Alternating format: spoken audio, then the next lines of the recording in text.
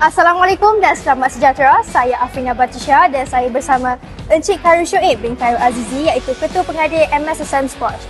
Boleh saya tanyakan satu soalan kepada Encik? Silakan adik Afrina.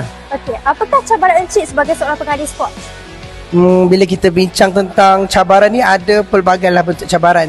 Tapi biasanya referee squash ini cabarannya adalah untuk kekal konsisten, sebab kita berada di gelanggang seawal 8 pagi dan kita akan pulang mungkin 10 malam, ada masa pukul 12 malam. Jadi untuk kekal konsisten, bertenaga itu agak sukar bagi seorang referee.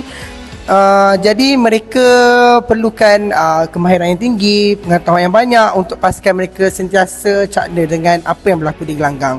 Tapi kalau tanya saya secara mendalam, yang paling cabar menjadi seorang referee ini adalah apabila kita menjadi referee kepada orang yang membesar dengan kita.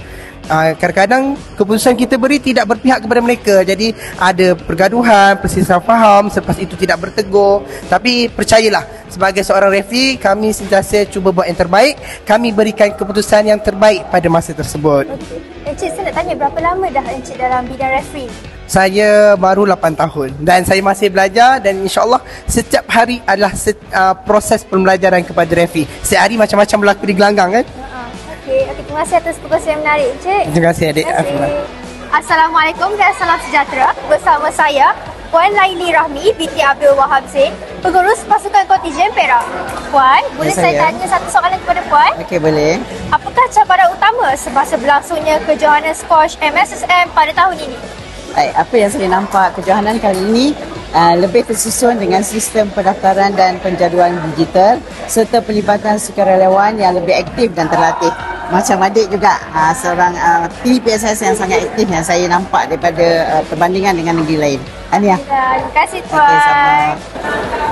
Assalamualaikum dan selamat sejahtera. Pada hari ini saya bersama Puan Elni, penolong pengarah Unit Pembangunan Bakat Murid Sektor Pembangunan Murid Jabatan Pendidikan Negeri Sembilan. Puan, boleh saya tanya Puan beberapa soalan? Boleh. Siapa nama saudari tadi? Afrina. Saudari Afrina. Daripada mana? Daripada SMK Puji Sultan. Terima kasihlah bersama dengan Jabatan Negeri Sembilan dalam kejohanan squash MSSM 2025 pada tahun ini. Silakan Afrina. Apakah harapan Puan terhadap impak kejohanan ini kepada pembangunan sukan negeri? Okey, impak kejohanan squash untuk MSSM 2025, banyak impak yang kita akan dapat sebenarnya di peringkat negeri.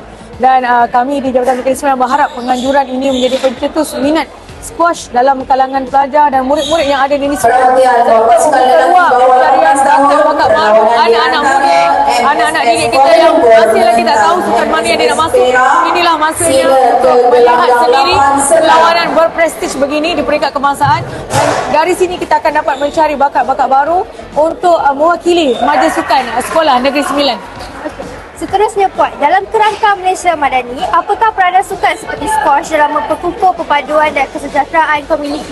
Okey, untuk soalan nombor 2 daripada Afrina ini, jawapan yang sangat penting untuk semua orang tahu bahawa sukan ini adalah satu aspek yang membentuk perpaduan, yang mana kita lihat sendiri dalam kalangan atlet kita ada dari pelbagai kaum, ada daripada Cina, ada daripada kaum India, ada daripada kaum Melayu.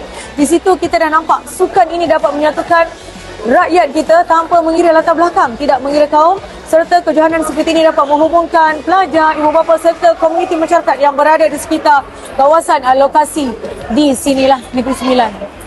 Okey, baik Puan, atas perkongsian yang telah diberikan tadi. Terima kasih. Sama-sama.